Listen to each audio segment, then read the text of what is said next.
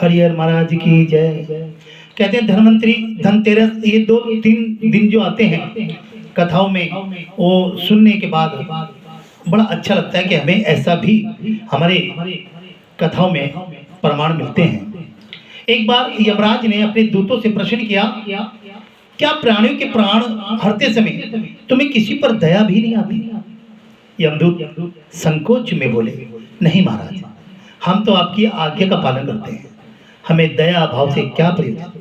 यमराज ने फिर प्रश्न किया, संकोच मत करो, यदि कभी कहीं तुम्हारा मन पसीजा है तो निडर होकर कह डालो। तब यमदूतों ने कहा, वे जंगल में एक घटना जो हमने देखी है, सचमुच एक ऐसी घटना है जब हमारा हृदय कांप गया। हंस नाम का राजा एक दिन शिकार के लिए गया, वह जंगल में साथियों से बिछड़ गया, भटक गया और दूसरे राजा की सीमा में चला गया। वहां के शासक हेमा ने राजा हंस का बड़ा सत्कार किया। उसी दिन राजा हेमा की पत्नी ने एक पुत्र को जन्म दिया। ज्योतिषियों ने नक्षत्र गणना करके बताया कि यह बालक विवाह के 4 दिन बाद मर जाएगा।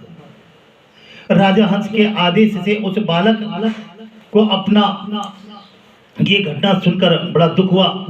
बालक को यमुना के तट पर एक गुहा में ब्रह्मचारी के रूप में रखा गया।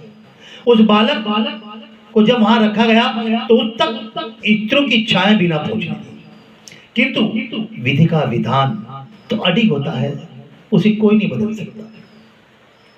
संयोग एक दिन राजा हंस की राजकुमारी यमुना के तट पर निकल गई और उसने उस ब्रह्मचारी बालक से गंधर्व विवाह कर लिया। चौथा दिन आया और राजकुमार मृत्यु को प्राप्त हुआ। उस नव प्रणीता का करुण विलाप सुनकर हमारा हृदय कांप गया। ऐसी सुंदर जोड़ी हमने कभी ही देखी नहीं थी। वे कामदेव तथा रति से कम ना थे।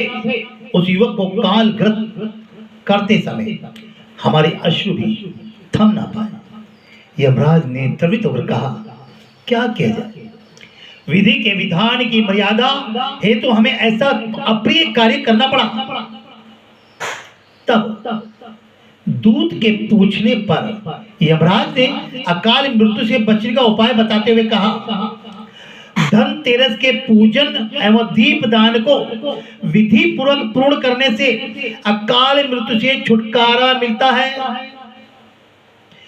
जहां जहां जिस घर में यह पूजन होता है वहां अकाल मृत्यु का भय पास नहीं भटकता।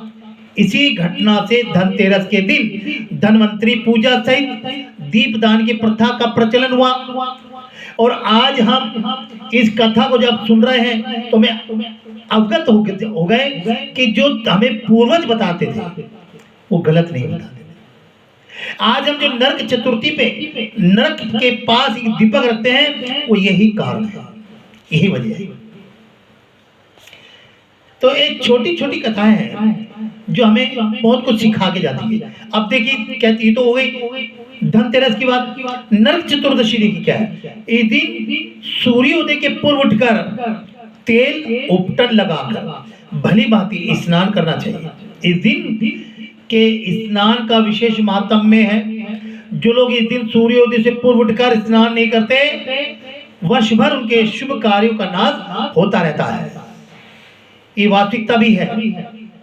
एक यही दिन होता है जब व्यक्ति को सूर्य से पहले उठ करके उपटन इत्यादि स्नान इत्यादि कर लेना चाहिए, अन्यथा पूरा वर्ष आने वाली नरक चतुर्दशी तक आपके शुभ कार्यों में अड़चन आती ही रहेगी। आपके काम तो होंगे लेकिन वो पूर्ण रूप से नहीं हो पाएंगे। समय व्यतीत ऐसे ही होता रहेगा। वर्ष भर दुखों में बीतता है, वे मलिन तथा दरिद्र की ओर अग्रसर होता है। इस दिन स्नान आदि से निपटकर यमराज का तर्पण करके 3 अंजलि जल अर्पित करने का विधान बताया है। इस दिन संध्या के समय दीपक भी जलाए जाते हैं। इसे छोटी दीपावली भी हम लोग कहते हैं। दीपक जलाने की विधि त्रयोदशी से अमावस्या तक के है। त्रयोदशी के दिन यमराज के लिए एक दीपक जलाया जाता है। अमावस्या की बड़ी दीपावली का पूजन होता है। इन 3 दिनों में दीपक जलाने के कारण ये बताया जाता है कि इन तीनों भगवान वामन ने राजा बलि को की पृथ्वी को नापा था और भगवान वामन ने 3 पगों में संपूर्ण पृथ्वी तथा बलि के शरीर को नाप लिया था। इसलिए त्रयोदशी, चतुर्दशी तथा अमावस्या को लोग यम के लिए दीपक जलाकर लक्ष्मी पूजन सहित दीपावली मनाते हैं, जिससे उन्हें यम यातना ना सहनी पड़े। लक्ष्मी जी सदा उनके साथ रहे। और साथियों, लक्ष्मी पूजन का बहुत बड़ा महत्व तो यह है कि घर में साफ सफाई बहुत जरूरी है। बीच में भी हम आपको एक कथा बताते हैं कि एक गांव में एक बुढ़िया, यानी एक महिला, एक स्त्री बहुत दरिद्रता में रहती थी। दीपावली का पर्व आ गया।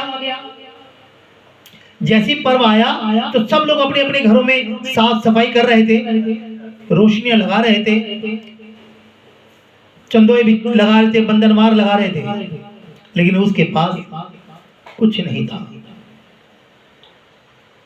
उस नारी ने एक जगह पूजन हो रहा था, देखा, किसी ने कहा कि लक्ष्मी पूजन पे कुछ नहीं तो घर में अंधेरा नहीं होना चाहिए, और इसलिए संध्या काल में आज भी ये परंपरा है कि जैसे ही संध्या होती है, हम संध्या होने से पहले अपने घरों का दीपक जला देते हैं, और संध्या काल यानी सूर्य डूबने के बाद घर में झाड़ू नहीं लगाते।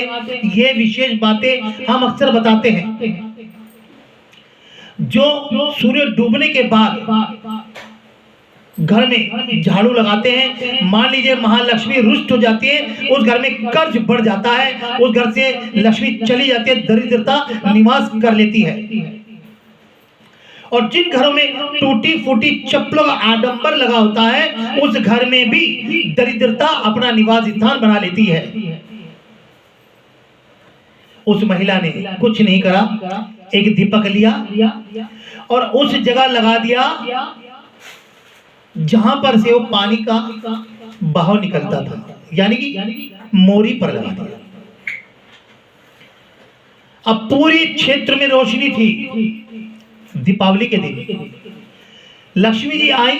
कहते हैं कि लक्ष्मी अपना रूप सभी घरों में दिखाती है, लेकिन वो उसी घर में प्रवेश करती है जहाँ सुगंधित वातावरण होता है, जहाँ रोशनी ज्यादा होती है, जहाँ प्रकाश में होता है, जहाँ रंगोलियां सजी होती है। तभी तो आज सभी लोग रंगोलियां सजाते हैं, अनेकों प्रकार से पूजन करते हैं। उस महिला का घर देखा कि सब जगह रोशनी है, इस छोटी सी झोपड़ी में रोशनी नहीं है।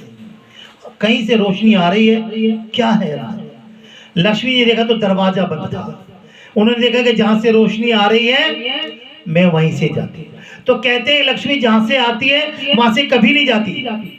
जिस रास्ते आती है उस रास्ते नहीं जाती, वो किसी और रास्ते जाती, क्योंकि लक्ष्मी के 10 पैर बताते हैं।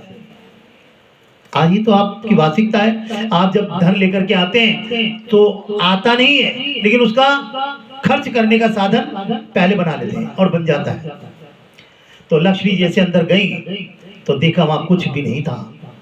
कहते लक्ष्मी का पांव पड़ते ही उस झोपड़ी के अंदर एकदम रोशनी आ गई, प्रकाश ही प्रकाश हो गया, और लक्ष्मी के पैर पड़ते ही वो घर आबाद हो गया। उन्होंने देखा, उसने पूछा कि हे पुत्री, तूने आज घर सजाया नहीं? उसने कहा कि मेरे पास कुछ भी नहीं था, दरिद्रता में जी रही थी। कि हे माँ, अब तू मेरे घर में आई है, अब इस घर से जाना नहीं। तो उसने कहा कि पुत्री, मुझे सभी अपनी संतानों के घर जाना होता है, और मैं सभी के घरों पे जा करके अपनी दस्तक देती हूँ, लेकिन जिस रास्ते से आती हूँ उस रास्ते से कभी नहीं जाती।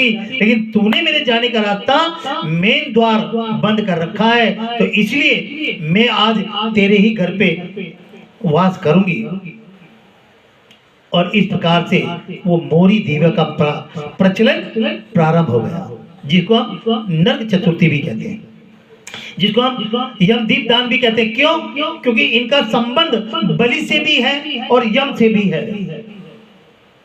बोलो राधे राधे। ये सारी की सारी कथाएं से हमें, इसीलिए हमें कार्तिक मास बहुत ही प्रिय है। जरूरी नहीं कि 20, 100, 50, 1000 आदमी, अगर आप एकांत में बैठ करके भी कथाएं सुनते हैं, पढ़ते भी हैं, तो भी कार्तिक मास की कथाओं का प्रभाव आप पर बनता है। बोलो राधे राधे। हरे कृष्णा हरे कृष्णा हरे कृष्णा। बोलो कृष्ण बलदेव की जय। ठाकुर श्री हरिहर बिहारी लाल जी महाराज की जय।